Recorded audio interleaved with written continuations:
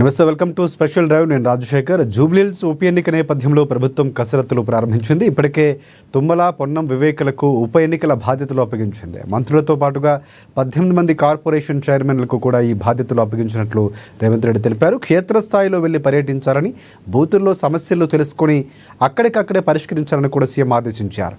Booth వారీగా voter mapping పూర్తయింది. అయితే అభ్యర్థి ఎంపికపై కాంగ్రెస్లో ఇంకా మల్లగులాలని కొనసాగుతూనే ఉన్నాయి.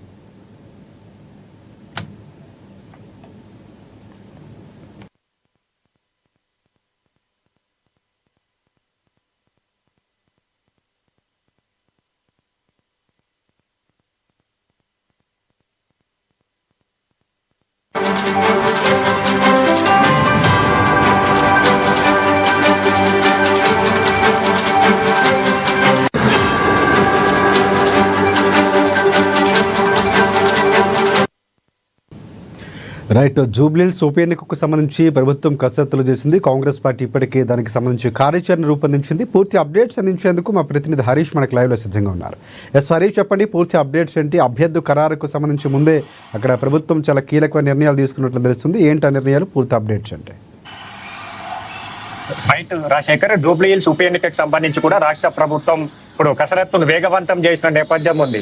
ప్రధానంగా గెలిపే లక్ష్యంగా కూడా కాంగ్రెస్ పార్టీకి సంబంధించి కూడా కసరత్తును మొదలెట్టింది. దాంట్లో మంత్రులకు సంబంధించి హైదరాబాద్ ఇన్ఛార్జ్ మంత్రి పొన్నం ప్రభాకర్, అలాగే మంత్రి తుమ్మల నాగేశ్వరరావుతో పాటుగా మంత్రి వివేక్ సంబంధించి కూడా ముగ్గురు అక్కడ సంబంధించి కూడా ఫోకస్ చేసేలా కూడా సీఎం రేవంత్ రెడ్డి ఏదైతే అక్కడ మంత్రులకు సంబంధించి కూడా బాధ్యతలు అప్పచెప్పిన నేపథ్యం, వారితో పాటుగా ఇక కార్పొరేషన్ చైర్మన్లకు సంబంధించి కూడా 18 మంది కార్పొరేషన్ చైర్మన్లను గ్రౌండ్ లెవెల్లో సంబంధించి కూడా పూర్తి స్థాయిలో జూబ్లీహిల్స్ అక్కడ పర్యటించి అక్కడ ఉన్న సమస్యలు కావచ్చు, అప్పటికప్పుడే పరిష్కారం అయ్యే విధంగా కావచ్చు, సమీకరణ పార్టీకి సంబంధించిన కార్యకర్తల సమీకరణలు, సమావేశాలు వీటన్నిటికి సంబంధించి కూడా వేగవంతం చేసిన నేపథ్యం అయితే కనిపిస్తా ఉన్నది. ఇక బూత్ సమస్యలు తెలుసుకునే విధంగా కావచ్చు, బూత్ స్థాయిలో మానిటరింగ్ కావచ్చు, అక్కడ బూత్లో ఏదైతే కాలనీలకు సంబంధించి కూడా పర్యటన చేస్తా ఉన్నారు, అక్కడ సమావేశాలు కూడా నిర్వహిస్తున్న నేపథ్యం ఉంది. కార్యకర్తలతో కూడా ముఖ్య నేతల సమావేశం నిర్వహిస్తా ఉన్నారు. ఒకవైపు ఇక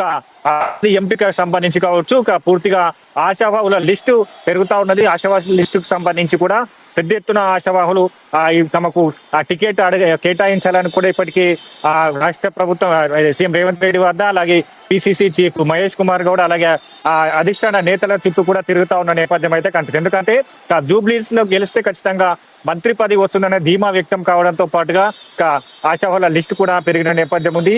మొత్తంగా 3 ప్రధాన పార్టీలకు సంబంధించి కావచ్చు, ఇక జూబ్లీహిల్స్ లో ఇప్పటికే వేగవంతం చేస్తుంది. ఎందుకంటే ఈ నెల 30కి సంబంధించి కూడా తుది ఓటర్ లిస్టుకు సంబంధించి కూడా ప్రకటన ఉండబోతుంది. వచ్చే నెల సంబంధించిన 2వ వారంలో ఏదైతే దీనికి సంబంధించిన ఎన్నికల షెడ్యూల్ కూడా రాబోతున్న నేపథ్యం ఉన్నది. కాబట్టి ఇక పూర్తి స్థాయిలో ఇప్పటికే గ్రౌండ్ లెవెల్లో వర్క్ చేయాలనే సూచన మేరకు ఇప్పటికే 3 ఇన్ఛార్జ్ మంత్రులను అక్కడ ఇన్ఛార్జీలుగా వారితో పాటుగా కార్పొరేషన్ చైర్మన్ అని కూడా నియమించిన నేపథ్యం అయితే కనిపిస్తా ఉన్నది. ఇక మరోవైపు ఒకసారి ఉప ఎన్నికకు సంబంధించి కావచ్చు, కాంగ్రెస్ పార్టీ ఏదైతే సికింద్రాబాద్ కంటోన్మెంట్ కి సంబంధించిన ఉప ఎన్నికల్లో విజయం సాధించింది. అదే ధీమాతో ఇప్పుడు జూబ్లీహిల్స్ ఉప ఎన్నికకు సంబంధించి కూడా ఇక ఖచ్చితంగా గెలవబోతా ఉన్నామని కూడా ధీమాతో వెళ్తున్న నేపథ్యం అయితే కనిపిస్తా ఉంది. అభ్యర్థి రేసులో ఎవరెవరు ఉన్నారు, ఏమైనా అప్డేట్స్ ఉన్నాయా మనకి హరీష్? రైట్, ప్రధానంగా జూబ్లీహిల్స్ ఉప ఎన్నికకు సంబంధించి కావచ్చు, ఆశావాహుల లిస్టు కూడా పెరుగుతా ఉన్నది. ఒకవైపు ఏదైతే బొంతు రామ్మోహన్, అలాగే దానం నాగేందర్ తో పాటుగా నవీన్ యాదవ్ పేరు తెర మీదకి వస్తా ఉన్నది. ఇక మరోవైపు C N Reddy, Rahmat Nagar corporator C N రెడ్డికి సంబంధించి కూడా ఆయన టికెట్ ఆశిస్తా ఉన్నారు. ఒక మరోవైపు జూబ్లీహిల్స్ మాజీ కార్పొరేటర్ మురళీ గౌడ్ కు సంబంధించి కూడా టికెట్ ఆశిస్తా నేపథ్యం ఉంది. ఇప్పటికే దానం నాగేందర్ సంబంధించి కూడా తను అక్కడ టికెట్ ఆశిస్తలేనని కూడా ఆయన కొట్టివేయడం జరిగింది. ఇక ఏదైతే బొంతు రామ్మోహన్ కి సంబంధించి కూడా తనకు అవకాశాన్ని కల్పించాలని కోరుతా ఉన్న నేపథ్యం అయితే కనిపిస్తా ఉంది. ఇక మరోవైపు మైనారిటీ నేతలకు సంబంధించి పయం కురీషికి సంబంధించి కూడా తనకు టికెట్ కేటాయించాలని కోరుతా ఉన్న నేపథ్యం అయితే కనిపిస్తా ఉన్నది. కాబట్టి మొత్తంగా ఆశావాహుల లిస్ట్ అయితే పెరుగుతా ఉన్నది.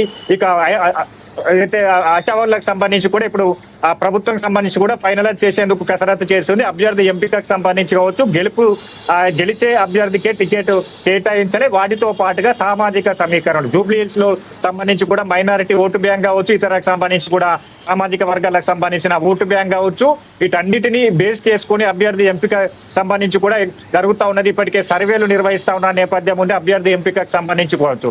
మరోవైపు ఇక